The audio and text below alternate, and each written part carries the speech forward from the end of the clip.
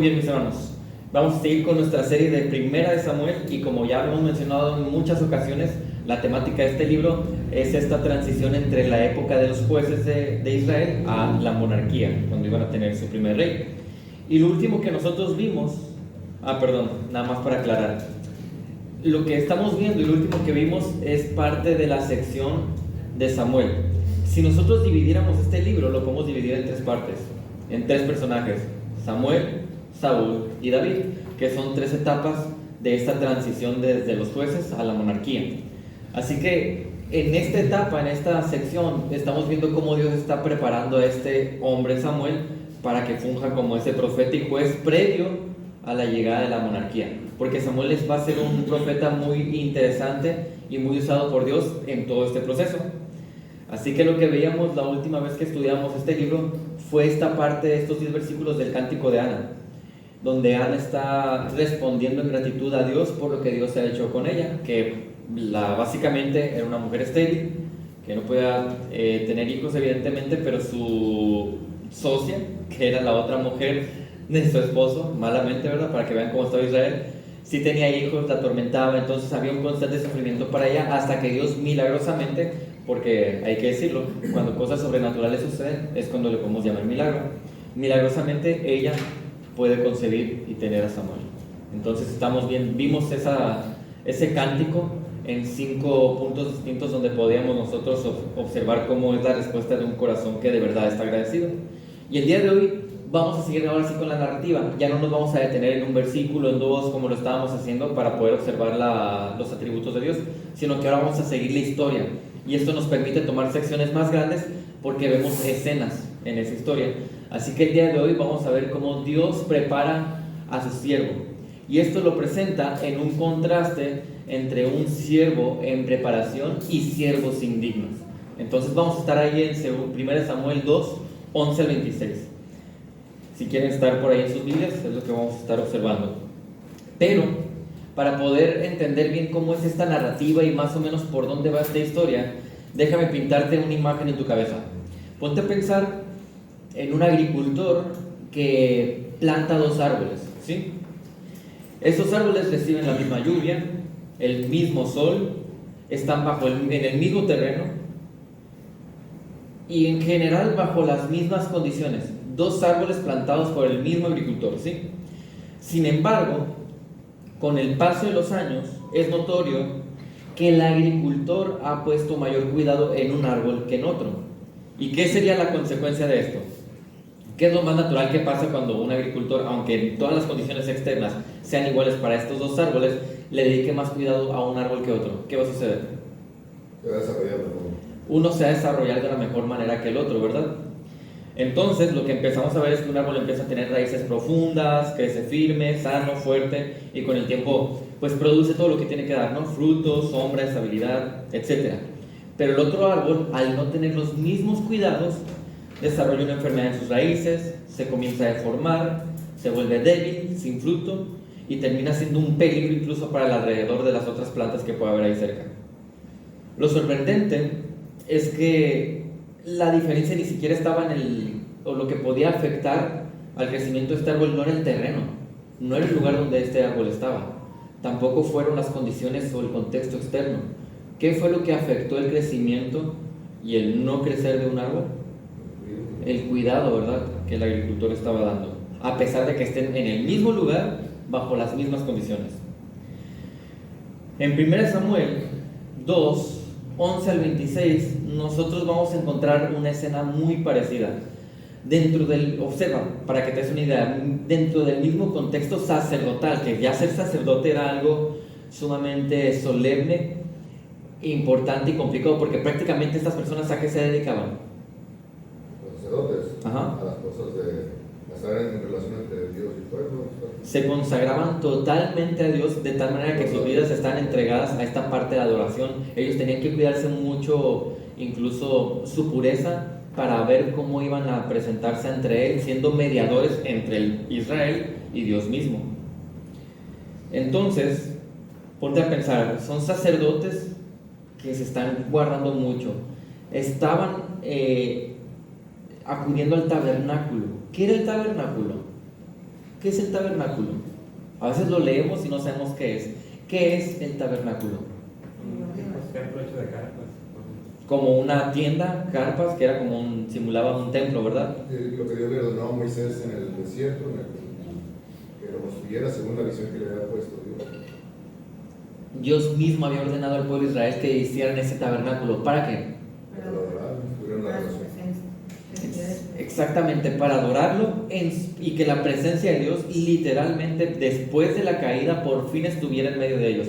Porque recuerden que desde la caída hasta Israel en el desierto, Dios no había estado como tal en la presencia de su pueblo hasta ese punto que ya tenían el tabernáculo. De tal manera que el tabernáculo era un lugar bien importante porque era el lugar donde estaba la presencia de Dios. Era donde ellos acudían a presentar sacrificios, etcétera, ¿no? Entonces, teniendo todo esto en mente, vas a poder ahora visualizar el panorama más claramente de lo que estaba pasando en este contraste de estos dos tipos de siervos, ¿sí? Así que vamos a ver el contraste entre un siervo fiel y siervos indignos observados en estos tres puntos: el desarrollo del siervo de Dios, la ofensa de los siervos indignos y la bendición para la familia del siervo, como una conclusión final de lo que son los dos caminos que podemos observar aquí. ¿Y quién escribió la Biblia? Pues Diferentes autores, ¿verdad?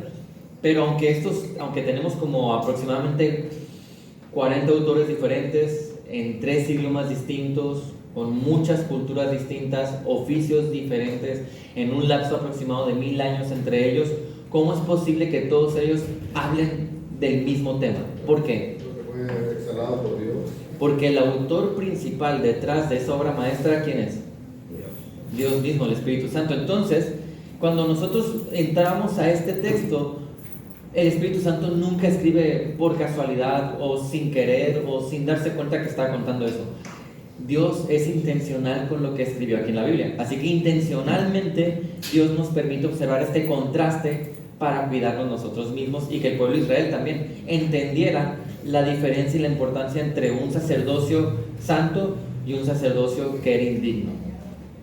Entonces, veamos el primer punto, que es el desarrollo del siervo de Dios. Y si observan cómo están estos puntos, estamos saltando entre el pasaje aquí, porque el primer punto lo vamos a ver viendo el versículo 11 y el versículo 26, que son el primer versículo y el último versículo de nuestro pasaje. Luego, el segundo punto lo vemos en 2 porciones diferentes, separadas, y el tercer punto está en medio de todo ello, como a esto se le llama quiasmo.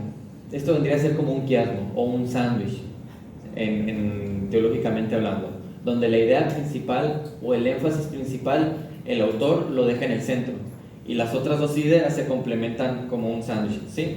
Entonces primero vamos a ver el desarrollo del siervo de Dios. Vean el versículo 11 lo que dice: entonces el Cana regresó a Ramá, a su casa, y el niño, ¿quién era el Cana? El padre de Samuel. Entonces, ya dejó a Samuel ¿en dónde? ¿Dónde lo había dejado Samuel? ¿Con quién?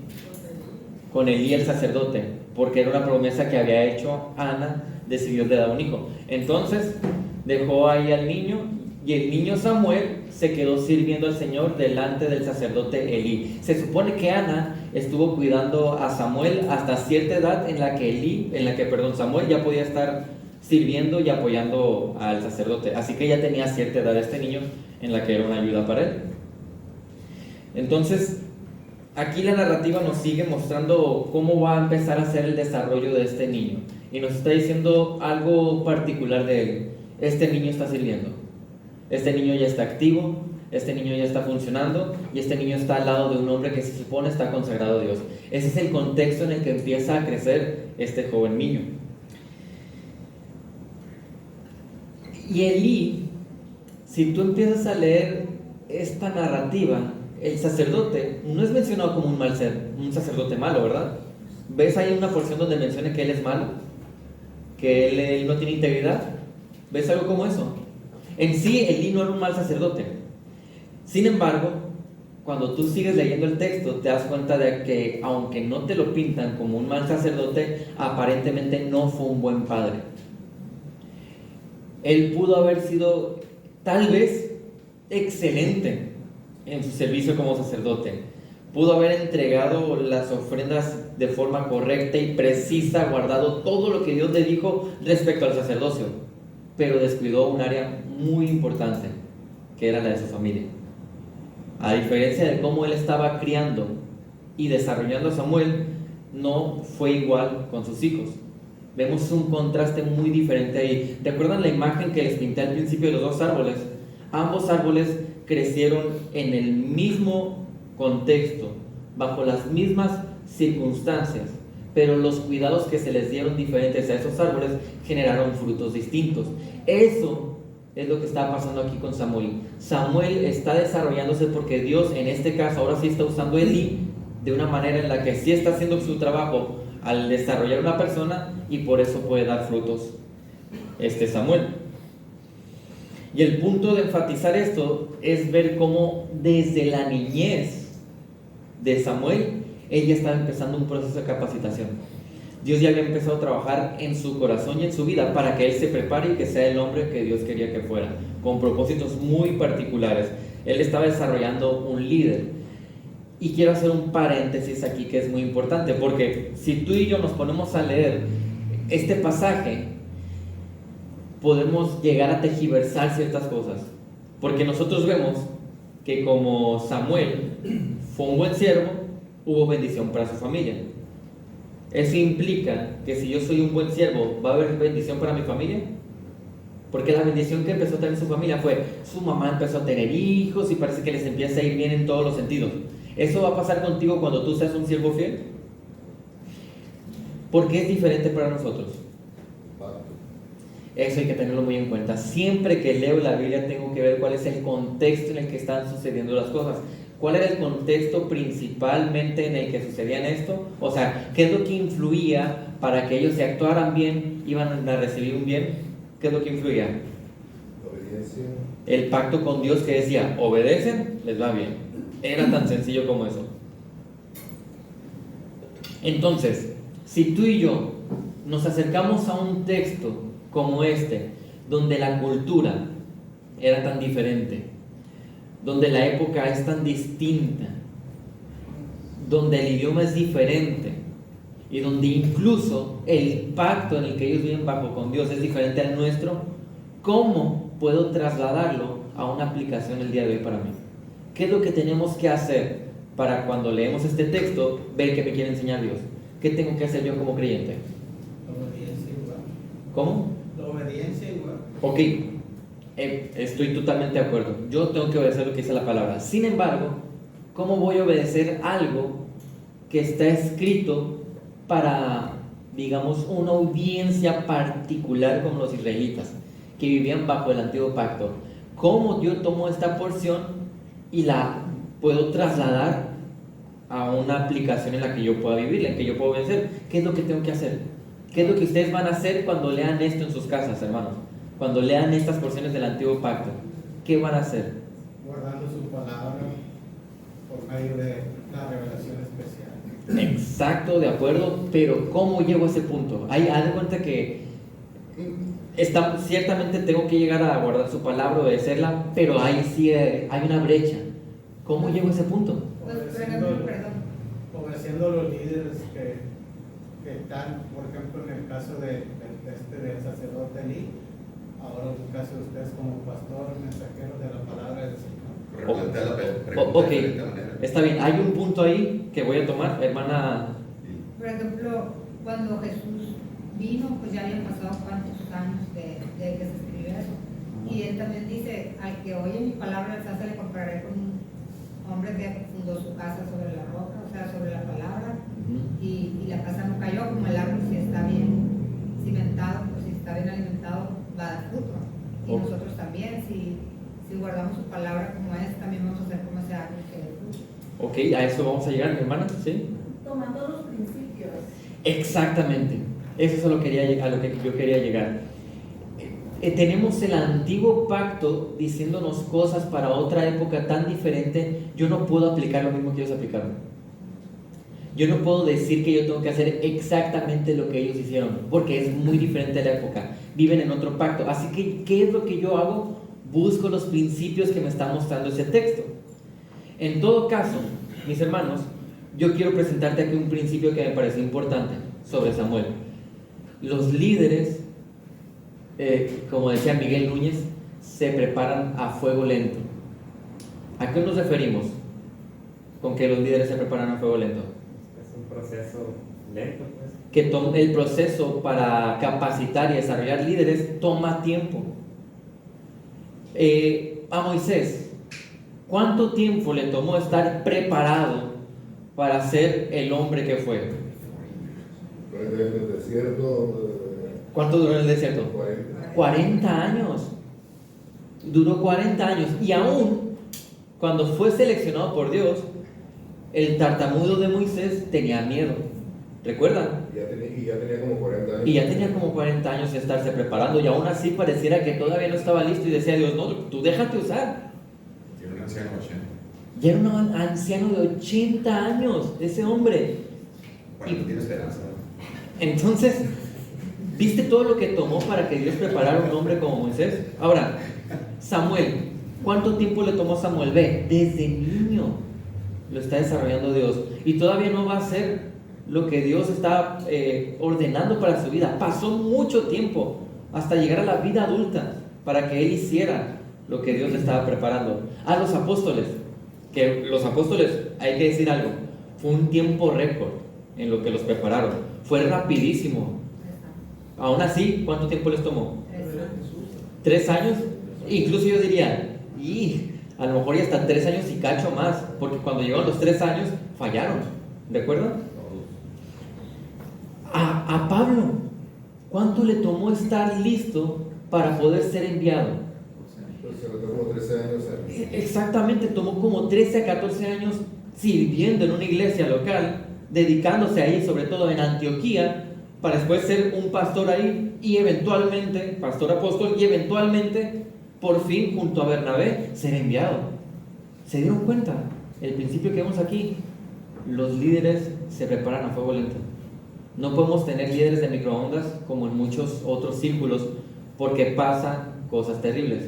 Las personas no están capacitadas y desarrolladas y no van a cumplir con sus propósitos. Vean lo que dice el versículo 26, que es lo que quiero complementar para que vean el desarrollo de este siervo.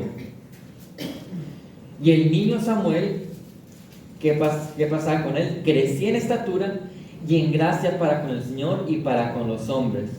¿Qué me está diciendo este versículo aquí? Estaba preparando todo. Exactamente, ¿verdad?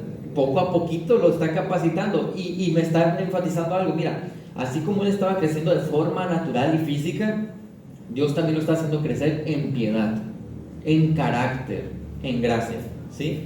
Y es muy curioso que estas mismas palabras fueron utilizadas con otra persona. ¿Con quién? Jesús. Con Jesús. Vean lo que dice Lucas 5:52. Y Jesús crecía en sabiduría, en estatura y en gracia para con Dios y los hombres. Entonces, ¿cuál es la idea? ¿Por qué las mismas palabras fueron usadas con Samuel que con Jesús? ¿Samuel acaso es Jesús? No, pero estaba siendo preparado igual. Exactamente. Jesús mismo, en su humanidad, fue preparado aún por el Espíritu Santo. Fue desarrollado en diferentes áreas por el Espíritu Santo, así como Samuel estaba siendo preparado por Dios. ¿Se dan cuenta? Entonces, la idea es esta. Ahorita yo quise mencionarles un principio de líderes, pero estamos hablando aquí de un siervo. Usted y yo somos siervos de nuestro Señor, y como siervos también estamos siendo preparados. Como siervos también tenemos que presentarnos de una forma correcta y empezar a crecer en la gracia para con Dios y para con los hombres. Porque si yo no estoy creciendo en esa gracia, yo no puedo exaltar a Dios. Y aquí hay un punto particular. Gracia para con el Señor y para con los hombres.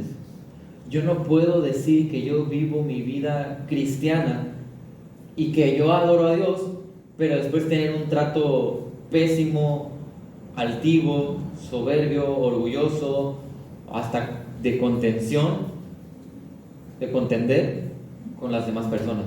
Mal testimonio. Un mal testimonio, exactamente. No se conciben. Porque la idea es esta: cuando tú creces en gracia para con Dios, también tiene que incluir que sea para con el resto de las personas que te rodean, tu contexto. Y si nosotros tratáramos de averiguar cuál será el mejor escenario para que un siervo crezca y se desarrolle, ¿cuál vendría a ser este?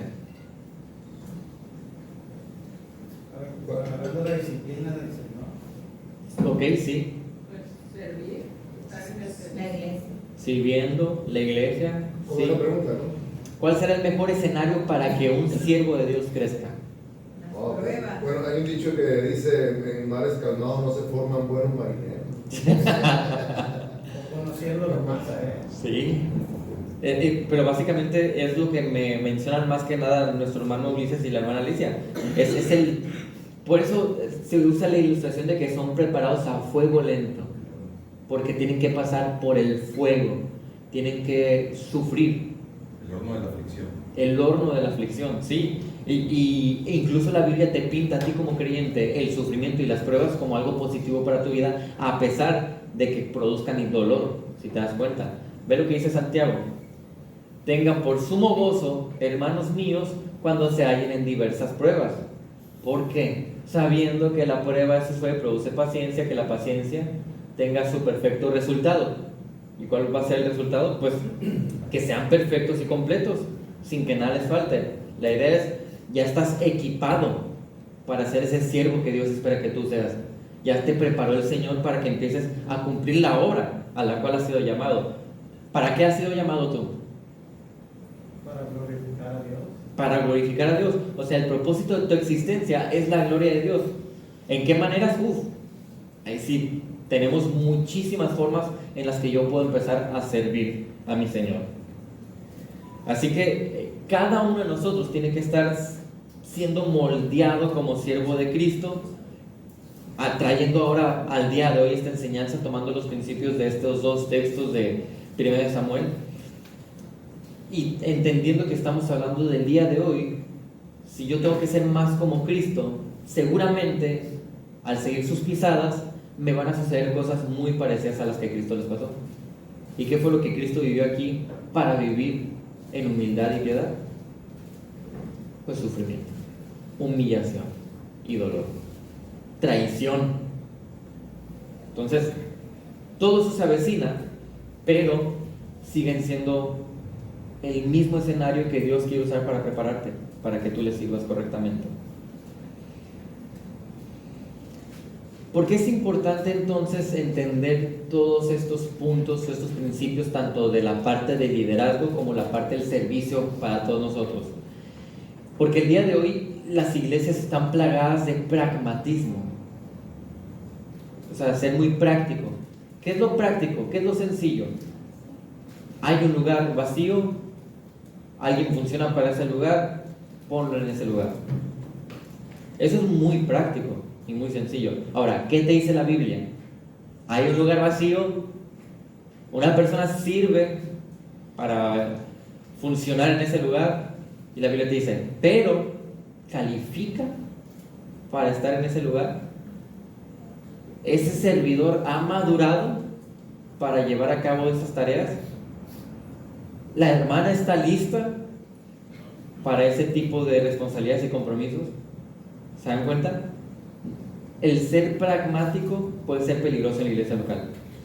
¿Sí? Y es que alguien puede caer en el error de, podemos caer en el error de creer que por conocer la Biblia, por aprendérmela de memoria, podemos creernos que estamos listos. Pero si no ha trabajado Dios con nuestras emociones, con nuestros pensamientos, con la forma en la que actuamos, lo que sale de nosotros cuando somos puestos a prueba con cosas de paciencia, por decir, aunque conozcamos la Biblia y estemos equivocados, no estamos equipados correctamente. Hace falta más tiempo en el horno a veces, ¿no? A veces nos dejamos llevar más por los dones que por los frutos. Eso es importante, porque los dones se ven como algo importante en la congregación, pero nunca la Biblia pone por encima los dones del carácter, nunca. El Señor siempre busca el carácter antes que los dones. Y creo que Moisés es un claro ejemplo de eso. Moisés al final, cerca del final de su vida, es mencionado como el hombre más manso de toda la tierra. Él es el hombre más manso de toda la tierra. Pero cuando él fue a enfrentar al faraón, tenía dones especiales para poder hablar frente a él. Tenía la valentía para enfrentarlo. Tenía el carácter duro para mantenerse firme en todo eso. Realmente te das cuenta que Moisés aún no tenía estos dones extraordinarios que debería de tener un líder nato. ¿Te das cuenta? Pero tenía un carácter que estaba siendo moldeado. Y Dios observó más el carácter que los posibles dones que él podría tener. Y esa es una buena observación. Hace poco platicaba con una persona que me decía que visitaba cierta iglesia, pero que casi no había hombres ahí. Entonces las mujeres estaban haciendo todas las cosas ahí, la enseñanza, la dirección, etcétera, ¿no? Y decía, pues sí, lástima que no hay hombres, pero la verdad, lo hacen muy bien estas mujeres. Y les digo algo, yo no tengo dudas de que estas mujeres lo hicieran muy bien. Es más, no tenemos dudas de que las mujeres pudieran hacer un mejor trabajo, si se lo proponen, ¿verdad? De eso no hay duda. El problema es que Dios no ha llamado a las mujeres a que hagan eso. El problema es que esas mujeres tienen que someterse a lo que dice la Biblia y no cubrir posiciones solamente porque lo pueden hacer. Y ahí es donde cada uno tiene que enfrentar diferentes áreas de su vida de crecimiento para ver si está listo para ciertos servicios. Por eso, si se dan cuenta, no puse este versículo, pero se los voy a leer. 1 Timoteo 3:10 es la porción donde me habla de los diáconos. Los diáconos son un modelo de servicio para la iglesia. Y estos hombres dice que también estos sean sometidos a prueba primero. ¿Qué significa que sean sometidos a prueba primero? Para ver si son irrepresibles. Que les vamos a hacer un examen. Bajo supervisión. O sea que los vamos a poner diáconos para supervisarlos. Significa... Pero que ser preparados antes, observados sus frutos antes de que lo pongan en el lugar. Significa que sin haber sido seleccionados aún, es más, sin siquiera pasar por una capacitación tan específica, su obrar, su caminar, debe ser una prueba para nosotros de que son siervos que están listos para ser líderes de un modelo de servicio. Esa es la idea. Ahora, todos nosotros deberíamos de estar en esa posición, porque todos nosotros tenemos diferentes áreas de crecimiento que nos van a permitir llegar a un punto en el cual se me puedan otorgar mayores compromisos aún en la iglesia local. Posiblemente, si a ti no se te han entregado ciertos compromisos, es porque todavía no tienes la madurez para llegar a eso. Pero si te desarrollas, Dios puede usar tus dones de diferentes maneras. Hasta este punto. ¿Preguntas o comentarios? Me voy más atrás, tengo una pregunta. Él era un sacerdote, pues, escogido por Dios, se supone que debe haber sido lleno de sabiduría, ¿verdad? Y la pregunta mía es por qué él no supo cómo guiar a sus hijos. Tal vez era que se dedicó demasiado tiempo al ministerio, preparando siervos, que descuidó su casa, como pasa con algunos pastores. Es una buena observación de cómo algo que pudo haber pasado con Elí pasa el día de hoy con los pastores.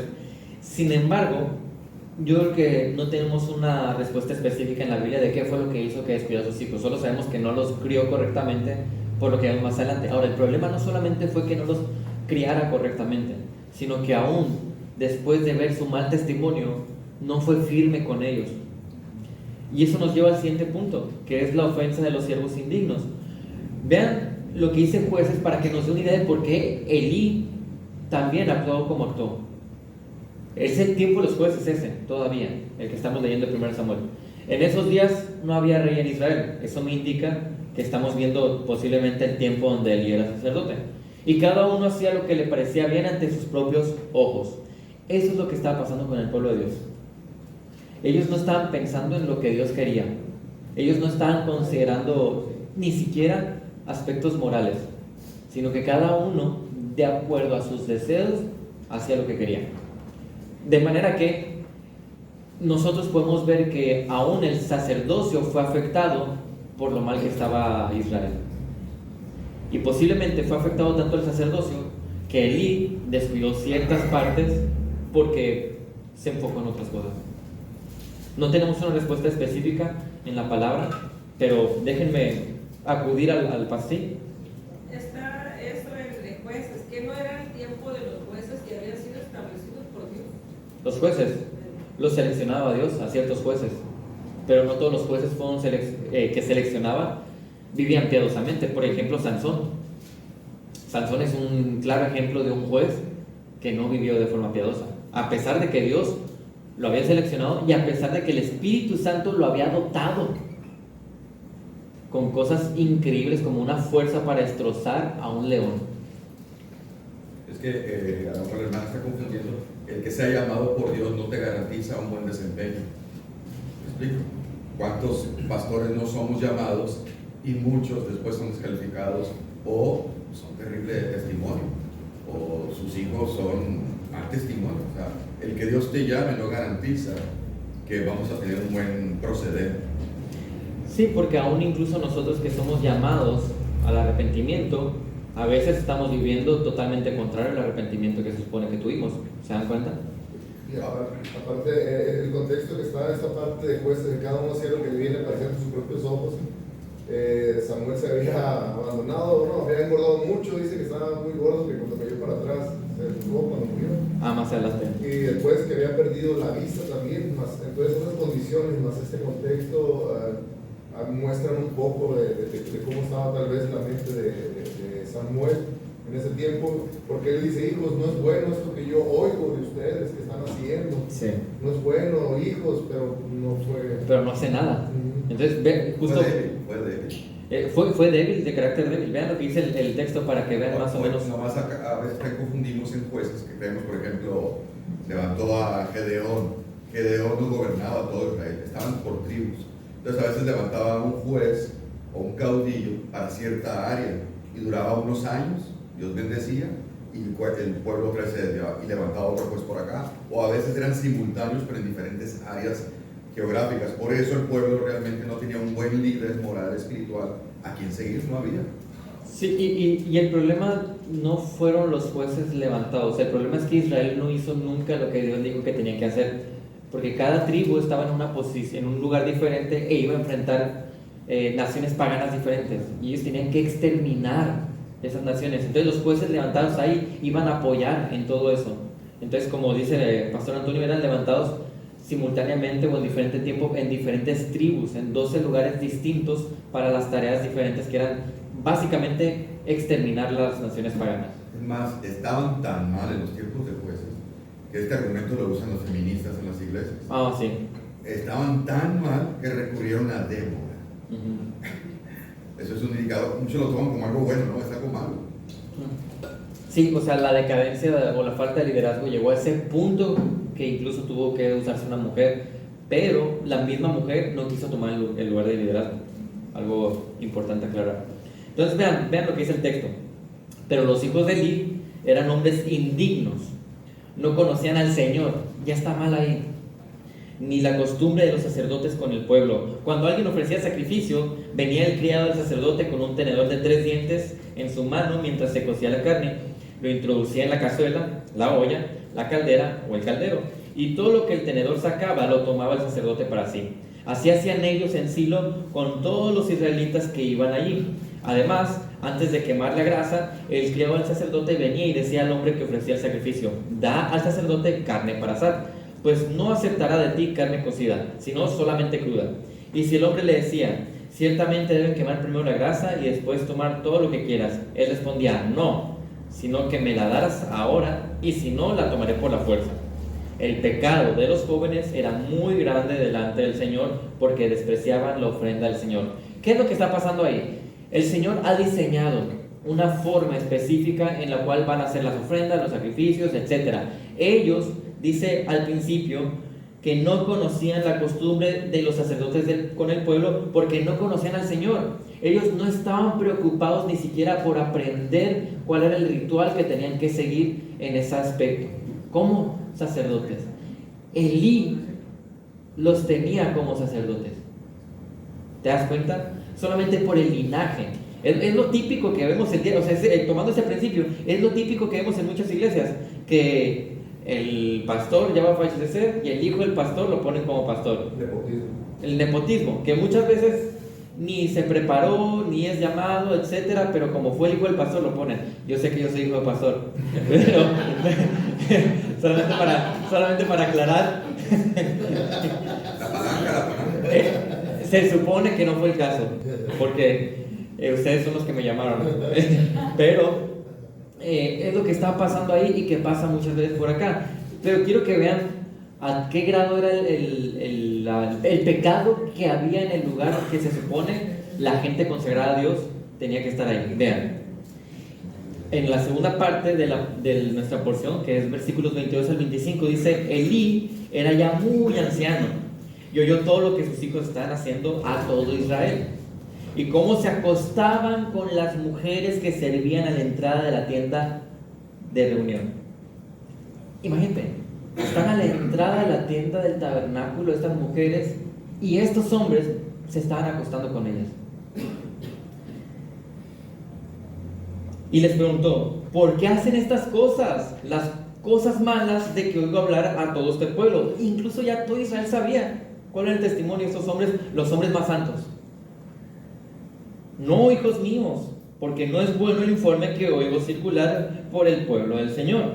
Si un hombre peca contra otro, Dios mediará por él. Pero si un hombre peca contra el Señor, ¿quién intercederá por él? O sea, sus hijos no siguen la costumbre. Sus hijos fornican con las mujeres. Ahí aún están a la entrada del tabernáculo. ¿Y qué es lo que hace su padre Elí? No, hijos, no hagan esto, escuché aquello, que no saben que Dios puede traer juicio. ¿Qué clase de sacerdote y de hombre con carácter aunque en el caso de Elí pues no era como tal un juez, pero un sacerdote? ¿Por qué solamente les llama la atención? En un caso como estos, incluso siguiendo la ley, ellos tendrían que haber muerto. Y Elí lo sabía. Él honró primero a sus hijos que a Dios. Exactamente. Y concluye esto: pero ellos no escucharon la voz de su padre porque el Señor quería que murieran. El Señor no puso ese pensamiento en las mentes de estos hombres, sino que el Señor retiró su gracia de ellos. Es lo contrario de lo que está pasando con Samuel, quien que estaba creciendo en gracia. ¿Se dan cuenta? Bueno, en este caso el Señor retiró la gracia de estos hombres para decirles: bueno, ustedes vivan como quieran. Y cada vez que el Señor retira la gracia de una persona, esta persona va a endurecer su corazón y va a ir en contra de Dios. Eso es lo que naturalmente pasa. Muchos a veces saben: no, yo no podría ser como Hitler nunca, qué hombre tan malo. Hermano, si Dios retira la gracia de tu corazón, eres peor que Hitler. ¿Han escuchado la doctrina de la depravación total? Esta doctrina dice que nosotros estamos totalmente incapaces de hacer lo bueno y de buscar a Dios, a no ser que Dios abra tus ojos y te llame. ¿Te das cuenta? Pero nosotros podríamos ser de lo peor de no ser por la gracia del Señor. Y ve lo que pasó con estos hombres. Estaban en tremenda necedad, pero Dios, si se dan cuenta, ya había emitido un juicio que ya se avecinaba por la transgresión que ellos habían hecho. El Señor dijo: ok, yo voy a esperar a traer juicio de muerte a ellos por lo que están haciendo, porque el pueblo necesitaba ver consecuencias. Muchas veces, hermanos, trayéndolo el día de hoy, muchas veces necesitamos ver consecuencias por el pecado para que nosotros también seamos más cuidadosos. En la mañana estaba escuchando sin querer un poco de algo que mencionaba Miguel Núñez acerca del liderazgo, y él decía que es mejor tener un liderazgo que juzga radicalmente el pecado que alguien que lo minimiza. porque así la iglesia completa se va a dar cuenta de las consecuencias que hay del pecado. Entonces, ¿qué es lo que ellos habían transgredido en general? La adoración a Dios, la posición consagrada a Dios que tenían y la necedad de no reconocer su pecado. ¿Qué es lo que transgreden muchos siervos, ya sean líderes o no en la iglesia, cuando están en rebelión con Dios? Su adoración, el que han sido llamados o apartados para Dios y el no reconocer el pecado. Es exactamente lo mismo. Y trayéndolo entonces al día de hoy, dice 2 de Pedro 2:1, pero se levantaron falsos profetas de entre el pueblo. En aquel tiempo, dice, en el antiguo pacto pasó eso. Así como aquí también en la época de la iglesia, habrá también falsos maestros entre ustedes, los cuales sigilosamente, muy encubiertamente, maquilladamente, con una apariencia de piedad, introducirán herejías destructoras, negando incluso al Señor que los compró, trayendo sobre sí una destrucción repentina. Esto lo vemos el día de hoy con los falsos maestros que se levantan desde dentro de la iglesia. Así que ahí ya te pintó aquí el contraste, la narrativa. Primero te mostró a un joven Samuel que está siendo preparado, y después te mostró a dos hombres que se supone que ya fueron preparados, pero ve cómo están viviendo. Así que hasta este punto, ¿preguntas o comentarios?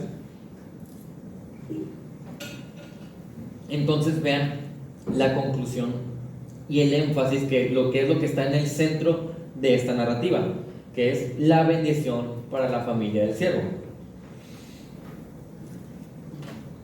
Como si Dios quisiera mostrarnos un contraste entre lo impío y lo piadoso, lo que hace aquí es ahora decirnos, ve la conclusión que hay, porque Él acaba de decirme que va a haber muerte para estos siervos indignos, pero por otro lado, en este pasaje me dice, hay bendición para los siervos fieles. Ve lo que dice: Samuel, siendo niño, ministraba delante del Señor usando un efod de lino. ¿Te das cuenta? Siendo niño ya estaba ministrando. Su madre le hacía una túnica pequeña cada año, porque seguro pues estaba creciendo. Es lo que está indicando, de que se sigue desarrollando, se está estirando y de repente al año siguiente pues ya no le quedaba pochi, como dicen aquí. Y se la traía cuando subía con su marido a ofrecer el sacrificio anual. Aún ellos, la familia de Samuel, seguía siendo fiel a los rituales que tenían en Israel. Entonces Elí bendecía a Elcana y a su mujer, y decía: que el Señor te dé hijos de esta mujer en lugar del que ella dedicó al Señor, como diciendo, bueno, pues ya tuvo el hijo que ella deseaba, pero está aquí dedicado, ojalá que el Señor les bendiga y les dé más hijos. Y regresaban a su casa. ¿Y qué pasó con ella? El Señor visitó a Ana y ella concibió y dio a luz 3 hijos y 2 hijas.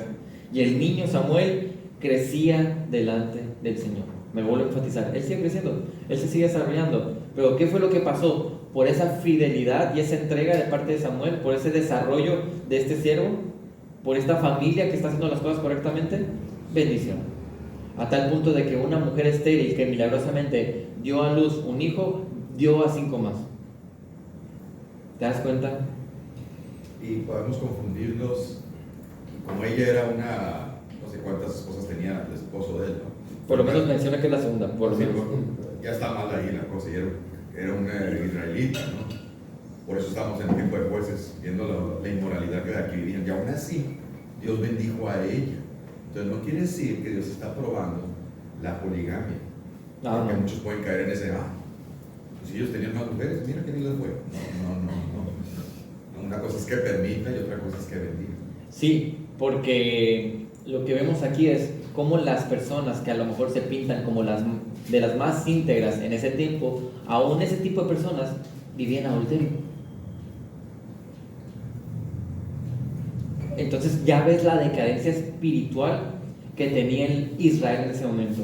Por eso ya no te va a sorprender cuando llegues a la narrativa en la sección donde ellos piden un rey. Ya no va a ser sorprendente escuchar que ellos ya no quieren a Dios como rey, sino que quieren uno como los paganos, porque ya estás viendo poco a poco, te empieza a pintar destellos, te da detalles que te muestran la decadencia espiritual que había en ese momento. Ya me dijo que esta persona, esta familia que era íntegra, aún este hombre vivía en adulterio. Ya me dijo que estos sacerdotes que eran los hombres entregados a Dios estaban fornicando con mujeres. Y esas son las personas santas, ¿no? De su tiempo. Entonces, cuando leemos esta porción, vemos un recordatorio de lo fiel que era Dios con sus promesas. Porque la promesa era: vive en obediencia y te voy a traer bendición, en todos los sentidos. Un Dios que no fue ausente, sino que uno que estuvo presente en ambos casos. ¿Te das cuenta? Un Dios que estuvo presente en la fidelidad, pero también que estuvo presente en la transgresión, diciendo: la fidelidad, yo voy a mostrar mi favor aquí, pero con la transgresión voy a traer condenación y muerte. Cada uno de ellos lo que hizo, en pocas palabras, fue cosechar lo que sembró. Hermano, tú y yo todo el tiempo estamos cosechando lo que hemos sembrado. Muchas personas les va a ir mal financieramente. Y aquí va a haber dos razones por las cuales te va mal a ti. Ya sea en las finanzas, en la salud, en las relaciones o en cualquier cosa. Solamente hay dos razones por las cuales te puede ir mal. ¿Cuáles crees que son? Una es por tu pecado o tu necedad, y la otra es porque Dios te está probando. Son las únicas dos razones por las cuales te puede ir mal en esas áreas. Entonces, yo siempre que veo a alguien enfermo, puedo decir: Dios lo está haciendo crecer. Si no te cuidas, es una necesidad tuya, ¿no? Si tú estás cuidando en algo que tú sabes que no debes de hacer y te vas a enfermar, es necesidad. Entonces yo no puedo ver una situación aislada y automáticamente decir: Dios está bendiciendo o Dios está castigando. ¿Así? Pienso que probablemente la persona que está recibiendo esa situación puede meditar en su vida y decir: bueno, tal vez fue mi consecuencia de lo que hice. Por ejemplo, invertí en tal cosa que no debía haberlo hecho, ahí estoy pagando las consecuencias. Y ahí podría haber crecimiento a raíz del sufrimiento por un pecado, ¿no? Yo recuerdo que había una persona en la iglesia, no en esta iglesia, ¿Cómo se llama? pero que, mira, era un joven varón que llegó a la iglesia, no, en esta iglesia no, que llegó bien amable, bien atento y bien acá, bien pilas, y todo el mundo le caía muy bien. Entonces, yo recuerdo muy bien que aparentaba querer cambiar mucho, ¿no? Y bien que arrepentido y quiero luchar con mi pecado y todo esto, y hablaba con otro joven y de repente los escuchaban hablar, hasta personas decían: wow, estos jóvenes, qué piadosos son. De repente este joven estaba pidiendo oración a la iglesia por un trabajo. ¿Y qué creen? El Señor respondió, le dio un trabajo, pero particularmente este era un trabajo en un lugar que iba a consumir muchas de sus horas, de manera que ya no podía ir a la iglesia. Este joven toma ese trabajo, deja de ir a la iglesia y le empieza a ir súper bien económicamente.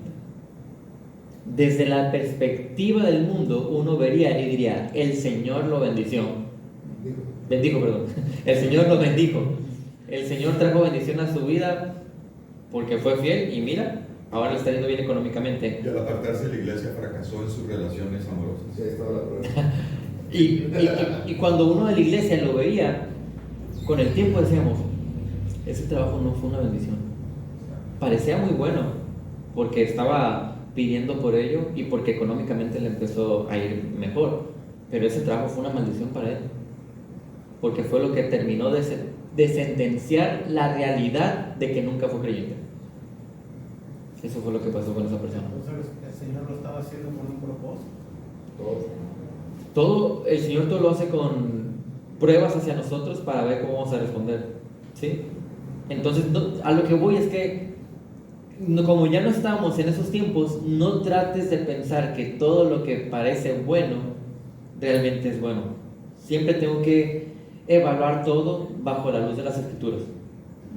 ¿Sí?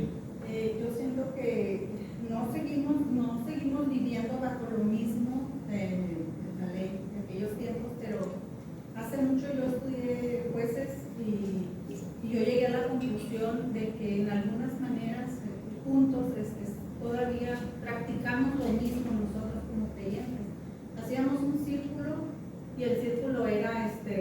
caemos en ese círculo es ay, no recuerdo muy bien.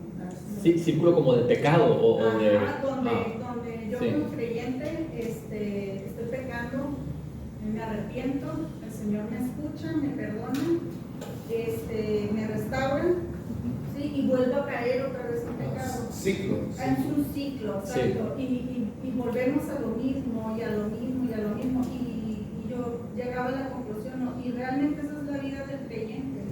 El detalle aquí es que cuando ya te das cuenta de que estás en ese círculo, ahí es donde nosotros debemos de reflexionar y de realmente hacernos la pregunta, como tú dijiste ahorita. ¿Realmente soy creyente? Porque estoy cayendo siempre en el mismo pecado. Porque ¿qué hay en mi corazón? ¿Qué realmente estoy checando mi corazón? Sí, y creo que es una buena observación, porque yo diría que ese sería el ciclo de un creyente descuidado.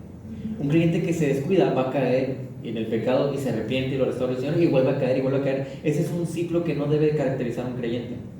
Y solamente un dato curioso de Jueces, yo creo que más que ser un ciclo, era una espiral hacia abajo, porque cada vez era peor y peor. Aunque eran restaurados, parecía que cada vez su caída era más bajo y más bajo y más bajo.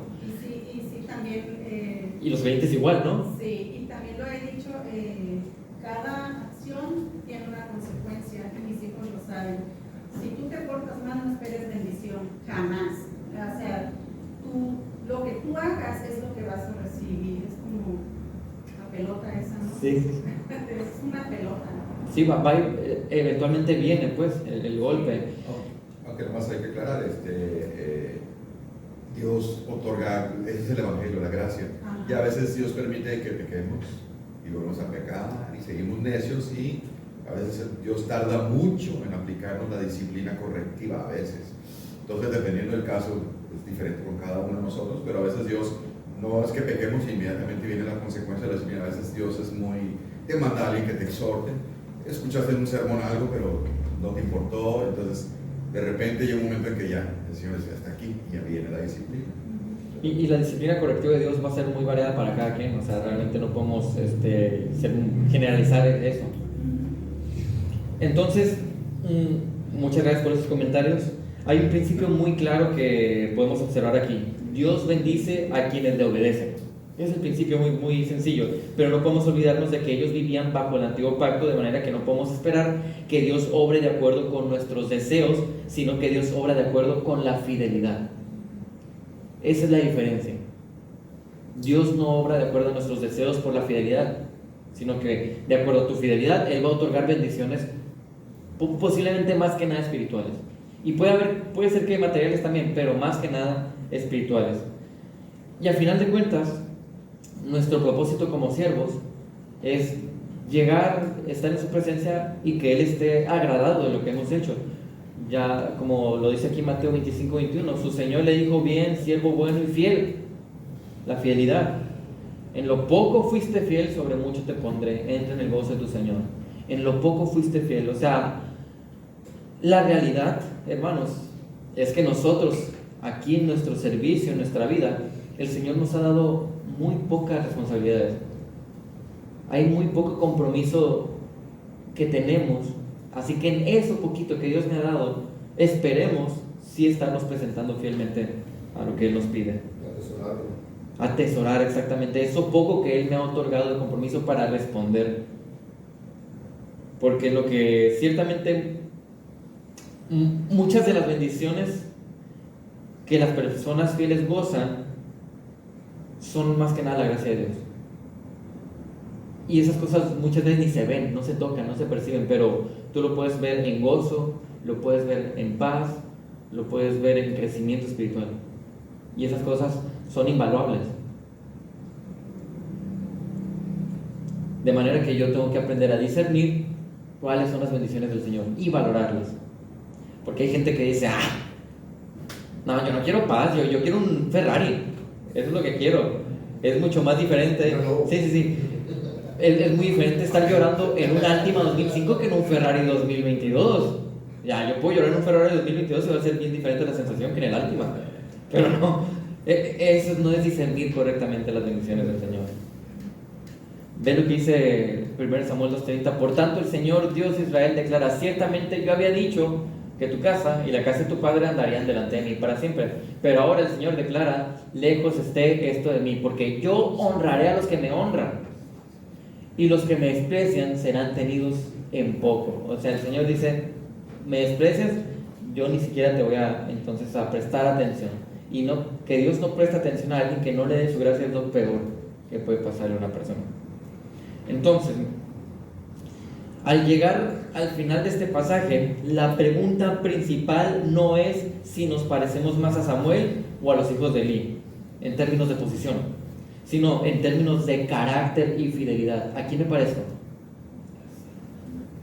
Porque el contraste que presenta el texto es muy profundo. Samuel servía al Señor y crecía delante de Dios y de los hombres, dice ahí el texto. Y los hijos de Eli servían en el tabernáculo, observa, wow, una gran posición, pero vivían para sí mismos y despreciaban al Señor. Y aquí encontramos una verdad que es muy importante. Es posible estar cerca de las cosas de Dios y aún así estar lejos de Dios. ¿Te das cuenta? Yo puedo estar en una iglesia bíblica con la mejor predicación, con los mejores programas. Puedo, no sé, si para ti esa es Grace Community Church, la IBI, lo que sea, y aún así estar lejos de Dios. Y aún así no ser bíblico. Mis hermanos, entonces, ¿qué es lo que tenemos que hacer? Quiero decirles 3 cosas que tenemos que hacer. Primero, prioricemos el desarrollo espiritual antes que la posición. No busques una posición, busca crecimiento. Samuel no comenzó siendo un gran profeta. Dios lo fue formando poco a poco, y es lo que nos revela el texto. Vivimos en una época que valora los resultados rápidos, pero Dios sigue trabajando en el crecimiento progresivo y lento, con tiempo de sus siervos. La pregunta no es qué lugar ocupo, la pregunta es: ¿estoy creciendo con fidelidad o infidelidad al Señor? Cuando vino este pastor Mike Summers para la ordenación, que es el pastor de la iglesia, uno de los pastores de allá de Countryside, que fue el que Dios usó para plantarla, le preguntábamos: ¿y qué es lo que toma en cuenta, lo que principalmente cree que necesita un líder para estar preparado? Y él dijo: tiempo. Nosotros lo que más hacemos con los que queremos preparar es que pase mucho tiempo antes de que sean líderes para poder observarlos bien. Y de hecho, muchos de los que están ahí como no residentes pastorales, sino como potenciales residentes pastorales, yo los conocí hace como 7 años o hace como 9 años, y ya estaban como potenciales residentes pastorales, y siguen ahí como potenciales residentes pastorales, pero en observación, después de casi 10 años, porque es muy importante el tiempo, la observación de esas personas. Y así mismo con ustedes, los pastores, ¿qué hacemos con ustedes? Somos obispos para con ustedes. ¿Y sabes cuál es la mayor tarea del obispo? Supervisar. Estamos observando sus vidas, y en cierto punto podemos decir: este hermano, hay que pedirle que nos ayude en esto. Este hermano debería poder apoyarnos en esta otra tarea, porque están desarrollándose, porque los estamos observando. Otra cosa que quiero mencionarles que tenemos que hacer es cuidarnos de la actitud de los hijos de Eli. Ellos tenían privilegios espirituales, pero ¿qué pasó? Usaron esos privilegios para el beneficio propio. Entonces tengo que examinarme. ¿Sigo para glorificar a Dios o para recibir reconocimiento? ¿Uso mis dones para edificar o para exaltarme? ¿Mi vida privada respalda mi servicio público? Son cosas que yo tengo que examinar de mi vida. A Dios no le va a impresionar un cargo, nunca. A Él no le impresionan los títulos o las actividades religiosas. ¿Qué es lo que Él ve? El corazón. Y finalmente, como última cosa que quiero mencionarles que tenemos que hacer es confiar en que Dios honra la fidelidad. Aunque no estemos en el antiguo pacto, confía en eso. Dios honra tu fidelidad. La historia de Ana nos recuerda que Dios no olvidó a aquella familia que le honró. Mientras los hijos de Eli se dirigían rumbo al juicio, porque es lo que dice la Biblia, Dios seguía derramando gracia sobre Ana, Elcana y Samuel.